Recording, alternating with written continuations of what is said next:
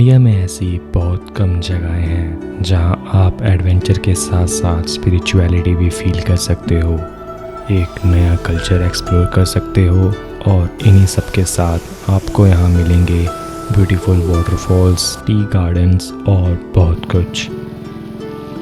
India का paragliding capital कही जाने वाली ये जगह है बीर बिलिंग।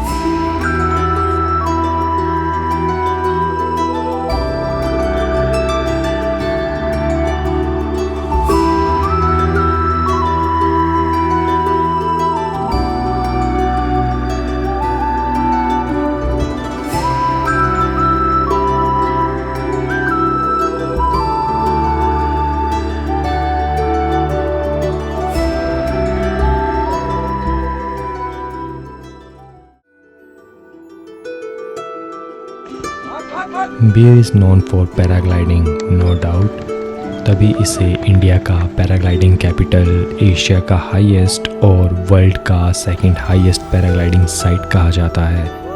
बट मॉनसून में यहाँ ऑफ सीज़न होता है, और ऐसा इसलिए क्योंकि बादल इतने क्लोज होते हैं कि पता ही नहीं चलता कि हम आसमान में उड़ रहे हैं या फिर बादलों में कहीं छुप गए हैं।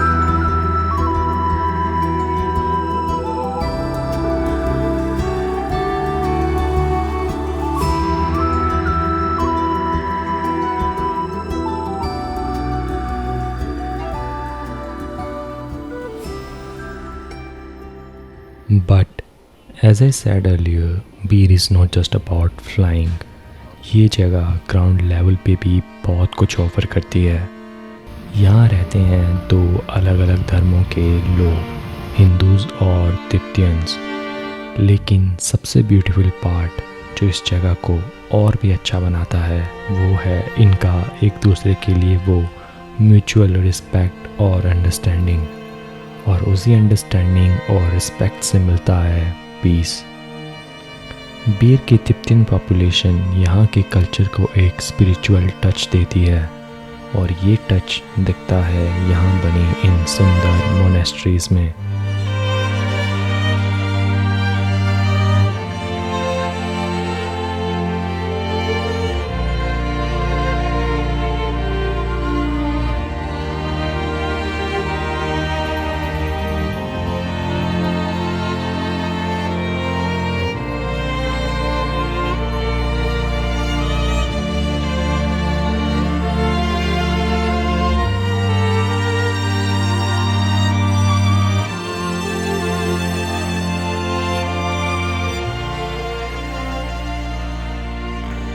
यहाँ आके ना ऐसा लगता है कि मतलब किसी अलग सी देश में आ गए हो या अलग सी दुनिया में आ गए हो। Beat is something like this जो तुम्हें ऐसा फील करवा दे, क्योंकि लुक एट दिस। जितना आप देखो उतना खो जाओ। मंदिर की शांति भरा फील यहाँ भी मिलता है। धर्म अलग हो सकता है लेकिन एहसास वही है। अभी मैं बीर की एक लोकल मोनेस्ट्री में हूँ। इस मोनेस्ट्री में मुझे पीछे जो स्कल्पचर्स दिख रहे हैं ये हिंदू गॉड्स के हैं। पहले भगवान शिव है, दूसरों को मैं आइडेंटिफाई नहीं कर पा रहा, and this one is Shri Ram. It's quite interesting, मतलब दो धर्मों के एक ही जगह में, एंड द डिटेलिंग ऑफ ये जो स्कल्पचर है ये तो बहुत रियल है भाई। मतलब मैं स्टार्टिंग में आया एंड आई वाज लाइक कि ओह कोई बैठा तो नहीं है। So this is pretty interesting.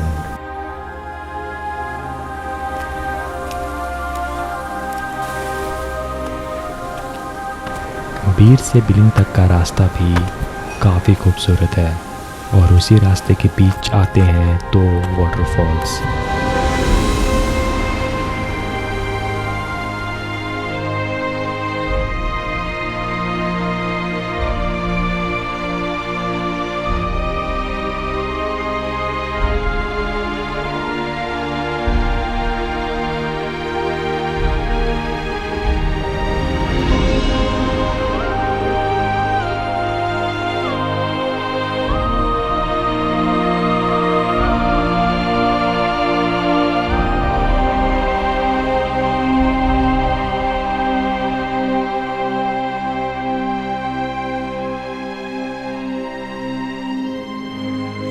Y I love this waterfall. एक तो ये लंबा है और इस पे मतलब पानी यहाँ उसके कंपैरेटिवली कम है, बट खुला भी है, खड़े भी हो सकते हो, एकदम पास से इसे देख भी सकते हो। बट उसके लिए काफ़ी स्ट्रगल करके वहाँ पहुँचो, और फिर टूरिस्ट का रश इतना होता है कि उससे तुम अच्छे से फील भी नहीं कर सकते। और इस टाइम बरसात मानसून के टाइम टूरिस्ट होते नहीं हैं, पर फ्लो इतना होता है कि इतना रिस्क ले नहीं सकते। बट आई डोंट नो, ये इतना मतलब इसको इतना अप्रिशिएट करते नहीं हैं लोग, बट ये है अप्रिशिएट करने लायक।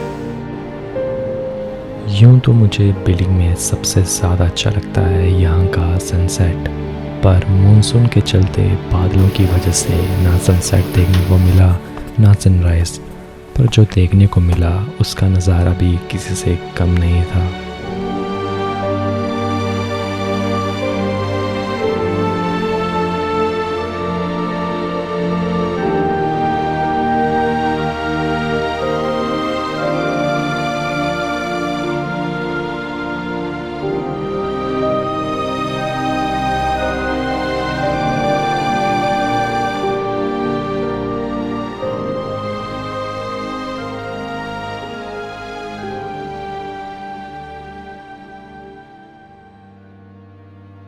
What I like about Bir is कि बीर में ना सब कुछ है।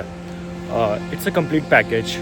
आपको एडवेंचर करना है तो पैराग्लाइडिंग कर लो, यहाँ पे बंजी जंपिंग भी है, एंड ऑल्सो सीनरी के लिए यहाँ पे वाटरफॉल्स हैं, अच्छे अच्छे गांव भी हैं, और सनसेट यहाँ का बहुत प्यारा होता है। ऑल्सो अगर आपको एक एज अ स्पिरिचुअल पीस के लिए आ रहे हो, दैन यहाँ पे मोनेस्ट्रीज़ हैं, तिब्बतियन कल्चर है, आप एक्सप्लोर कर सकते हो। और अभी तो ऑफ सीज़न चला है, सो यहाँ पे ज़्यादा रश नहीं होता, but yeah it's a good time to come and explore this place.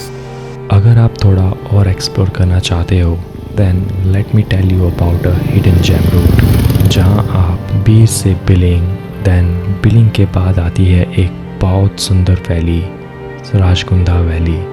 इतनी सुंदर होने की वजह से ये एक मस्ट विज़िट स्पॉट बन जाती है, और राजगंधा से होते हुए इन्हीं सुंदर गांव से आप पहुंचते हो एक और वैली जो है Barot valley.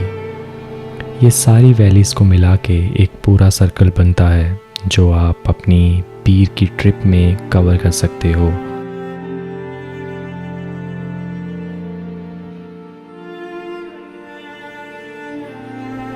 Bir belongs to Kangra district, और कांगड़ा फेमस है अपने टी गार्डन्स के लिए, और ट्रस्ट में एक walk through the tea gardens is as calming as meditation. So ये थी मेरी बीर बिलिंग की कहानी। अगर आपको पीस, एडवेंचर, कल्चर और नेचर की एक जगह चाहिए, then Bir is your place. और हाँ, ऑफ सीज़न में आओ, कम क्राउड, सस्ते स्टेज और एक रॉ हिमाचली एक्सपीरियंस मिलेगा। And also let me know in the comments अगर आपको इस जगह की आइटिनरी चाहिए। And if you already been to Bir, then what was your favourite part? See you around. Until then, keep flying, not just in the sky, but in life too.